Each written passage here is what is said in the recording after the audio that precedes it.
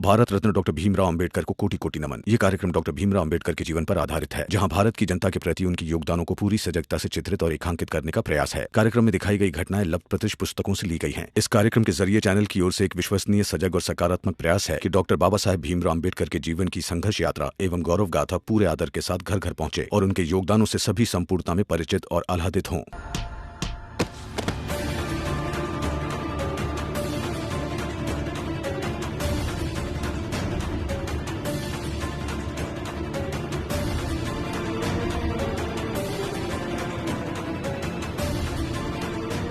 चलो इसे पकड़ते हैं, शुद्धिकरण करवा लेंगे बाद में। अरे ये क्या कर रहे हैं आप? ये मत कीजिए।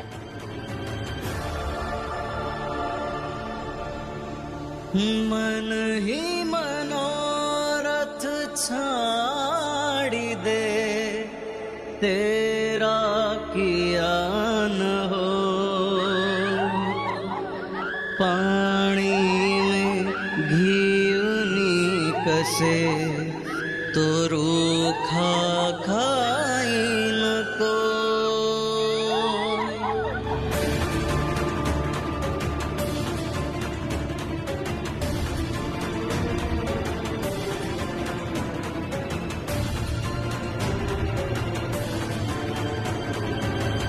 भीमराव, ये देखा तूने? ये है हमारा तरीका। तू और तेरी पत्नी रमा अगर बीच में दखलंदाजी ना करे तो बेहतर है। भीमराव, देखो देखो हमारा तरीका।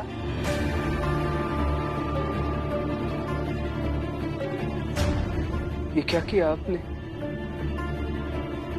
और क्यों किया? एक बार सोचिए तो सही, उनको कितना दर्द हो रहा होगा।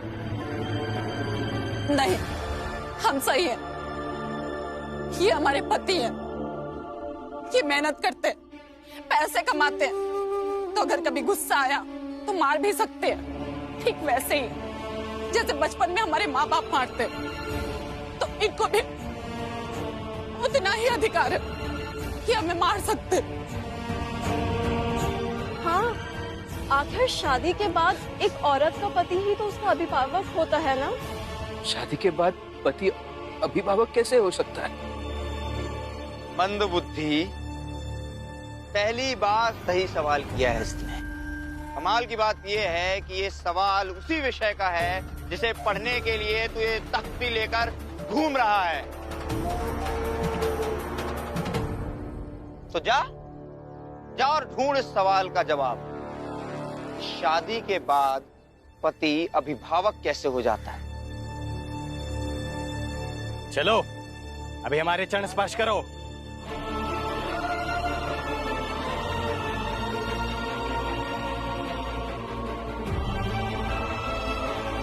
कल्याण वस्तु।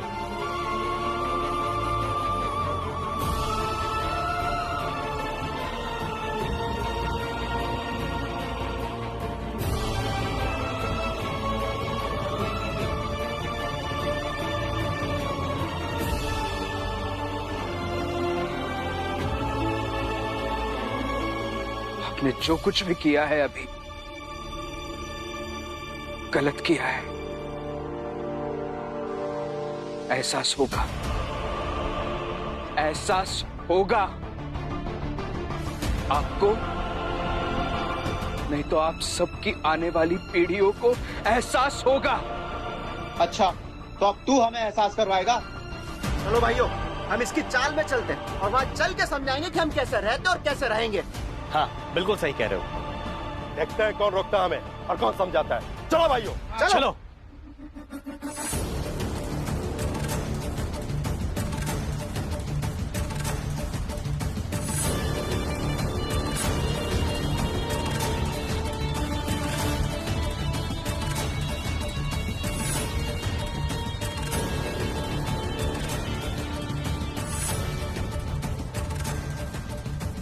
जाके दिखाओ भीमराव।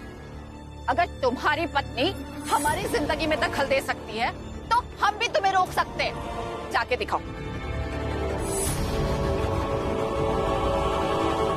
भीमराव, वहां चाल में तेरी बीवी, तेरा बाप, तेरे 2 भाई और तेरी भाभी और 1-2 लोग और तेरी बात क्या सुनते हैं, तेरा समर्थन क्या करते हैं कि तुझे ये भ्रम हो गया है कि सारी दुनिया तुझे सुनती है, तेरा समर्थन करती है।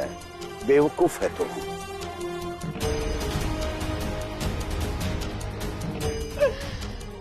प्रचंड देव जी, देखिए ये लोग तो चले गए चौल, अब जो करना होगा करेंगे।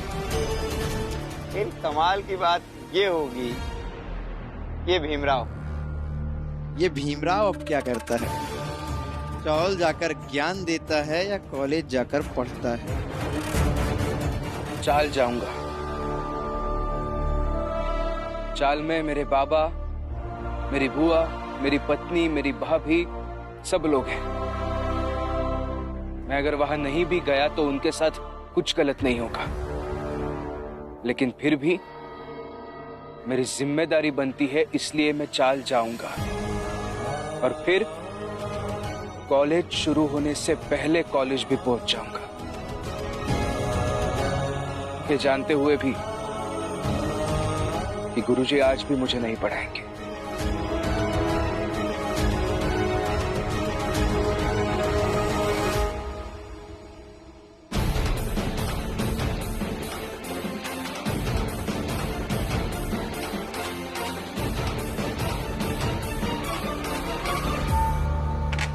डालो बाहर, निकालो बाहर। सरला, सरला, सरला, बाहर निकलो, बाहर निकल। सरला, कहाँ छुपा के रखा है? बाहर निकल। निकालो उनसे बाहर। कहाँ छिपा के रखा है? सरला, बाहर निकल।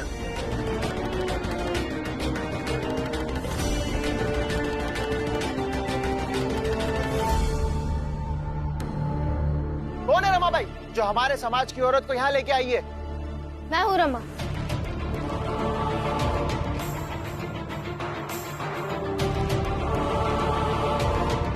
गलत जानकारी मत रखिए आप। मैं किसी को उठाकर यहाँ नहीं लेकर आई, बल्कि आपकी समाज की एक औरत लड़खड़ा रही थी तो मैंने उसका हाथ पकड़ के उसे सहारा दिया है बस। सहारा देते समय अपनी जात भूल गई? हाँ? देखिए, पीड़ित व्यक्ति की सिर्फ एक ही जात होती है, पीड़ित। और उसे सहारा देने के लिए किसी खास जाति का होना जरूरी नहीं, बल्कि अच्छी नीयत का होना जरूरी है। हम बस 10 तक गिनेंगे। या तो सरला को हमारे हवाले कर दो, या फिर हम चाल को पूरी तरह से तहस-नहस कर देंगे।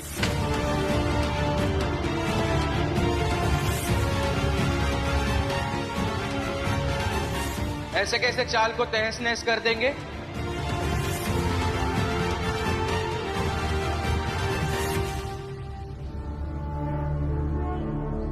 दस तक गिनती पूरी होने दो, फिर पता चल जाएगा। 1, 2, 3, 4, 5, 6, 7, 8, 9, 10। हो गई गिनती पूरी। अब बताइए क्या कर लेंगे आप? मैं बताता हूँ तुझे क्या कर लूंगा मैं बताता हूँ तुझे।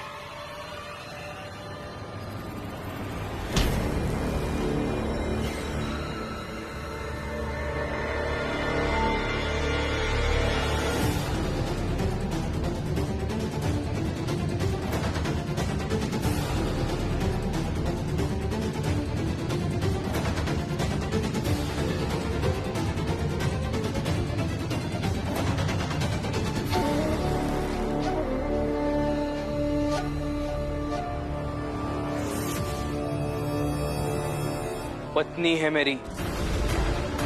भीमराव के सामने रमा पर कोई लाठी नहीं उठा सकता।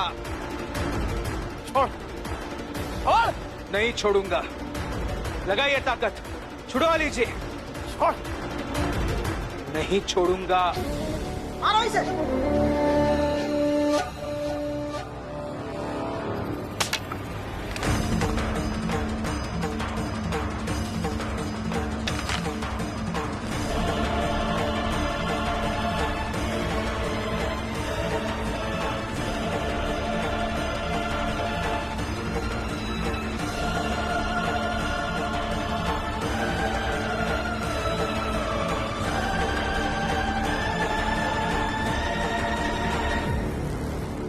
फौज का रिटायर्ड सूबेदार हूं। अब इन हड्डियों में बहुत जान बाकी है। देखते कितना दम है, अब तो झुका के ही रहेंगे। इस भ्रम में मत रहिए। अगर हम सब लोग एक हो गए तो ना तो आप इस लाठी को झुका पाएंगे और ना ही हमारी जात को।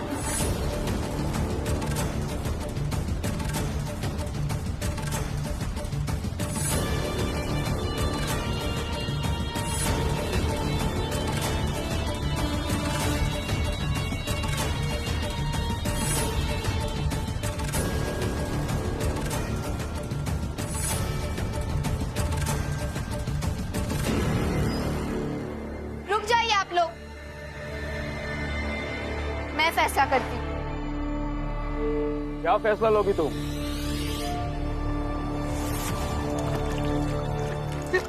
अरे ये क्या कर रही है आप?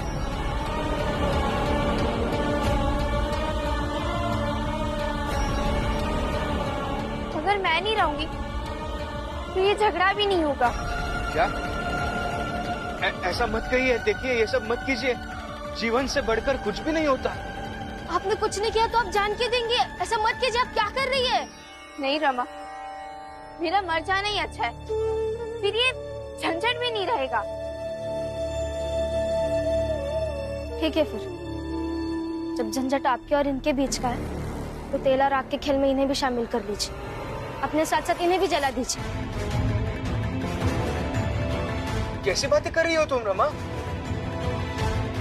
ये ऐसे आग लगाना, किसी को जलाना, इन सब से कुछ नहीं होता। ये सब मत कीजिए। तुम सही कह रही हो रमा, अगर मैं जलूंगी तो ये लोग भी जलेंगे।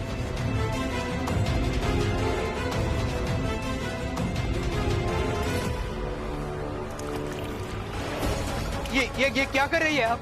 देखिए, हक की लड़ाई में आग लगाकर जलाने की बात मत कीजिए।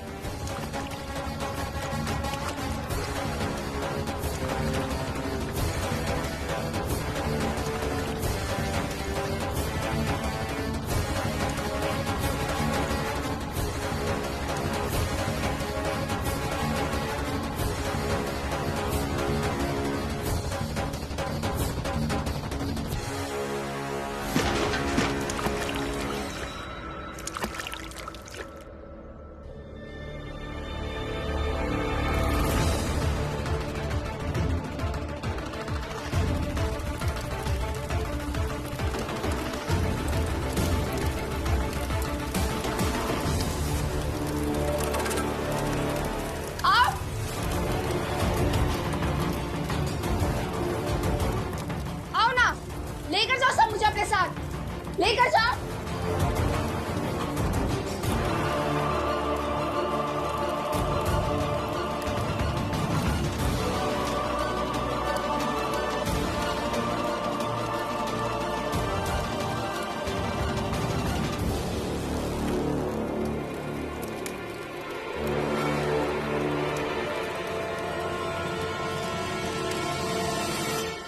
सरला जी, गलत किया आपने।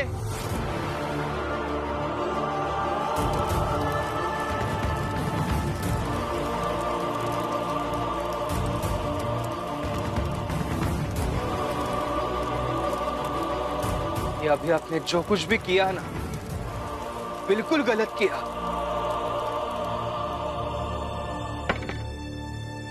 कुछ गलत नहीं किया मैंने, बल्कि उनको भगाने का एक यही तरीका था।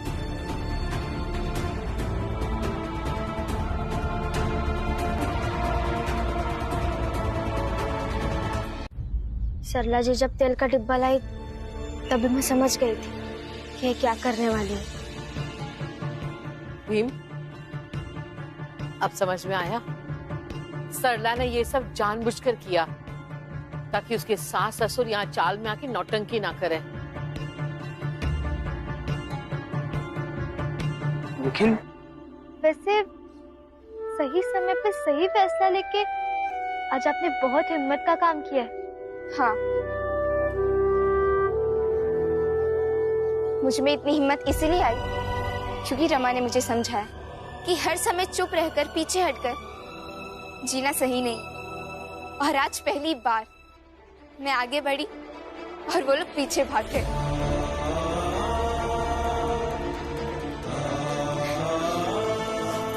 धन्यवाद रमा, मैं आज बहुत खुश हूँ, बहुत खुश।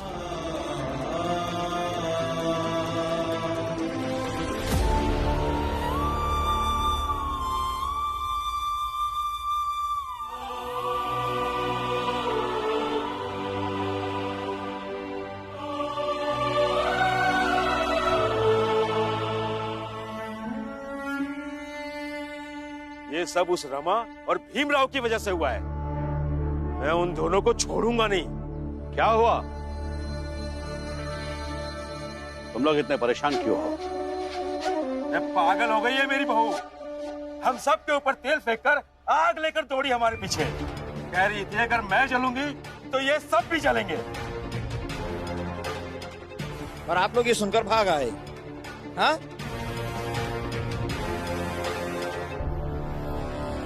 पागल बहू नहीं हुई, पागल बना गई है आप सबको। अरे कुछ नहीं करती वो, मूर्ख बना रही थी, डरा रही थी आप सबको। हम सब पे तेल डला है और आग लेके पीछे पड़ी थी और आप कह रहे हैं कुछ नहीं करती। भीमराव था ना वहाँ? हाँ, तो कुछ नहीं होता। बहुत अच्छे से जानता हूँ उस भीमराव को मैं। आपकी बहू को क्या, आप सबको भी कुछ नहीं होने देता वो।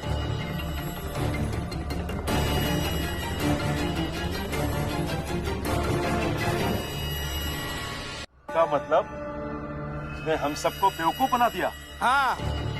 अरे मेरी बहू तो बहुत सीधी थी, ये तो भीम और रमा ने मिलकर उसे ऐसा बना दिया है। और इसलिए उसने आप लोगों को डरा कर वहां से भगा दिया और आप लोग डर कर वहां से भाग कर चले आए।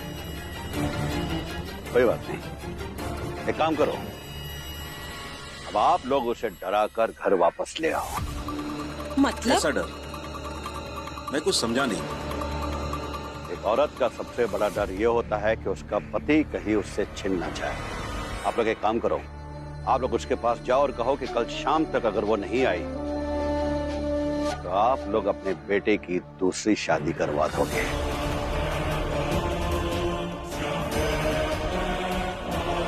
सुना? सबने सुना? और ये बात अब अच्छे से समझ लो। जो भी प्रचंड देव जी ने कहा है वैसा करो, शाम तक बहू घर आ जाएगी। फिर तो बेटे की दूसरी शादी की खबर लेकर मैं खुद उसके पास जाऊंगी। शाबाश।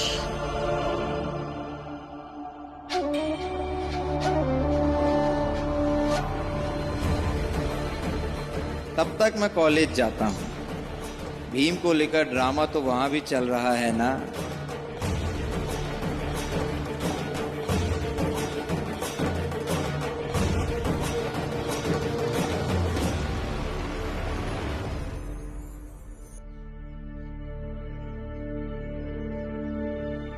भीमराव,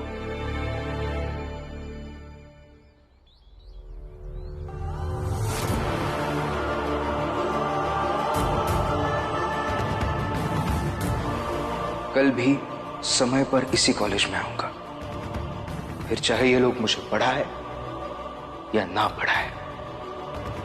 मैं सोच रहा था कि समाज में कर्तव्य और अधिकार का विभाजन बराबर बराबर होना चाहिए।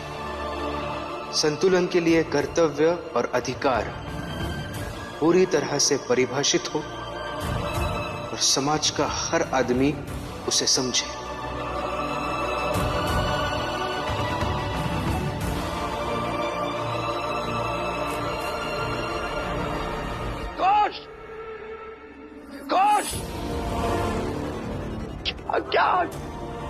क्या गलती थी उन लोगों की? यही कि अपनी बहू को अपने घर लाना चाहते थे, शांति से अपना जीवन जीना चाहते थे। यही क्या हुआ? मर गए सरला के सास ससुर तुम्हारे षड्यंत्र में, आग में झुलसकर जलकर मर गए।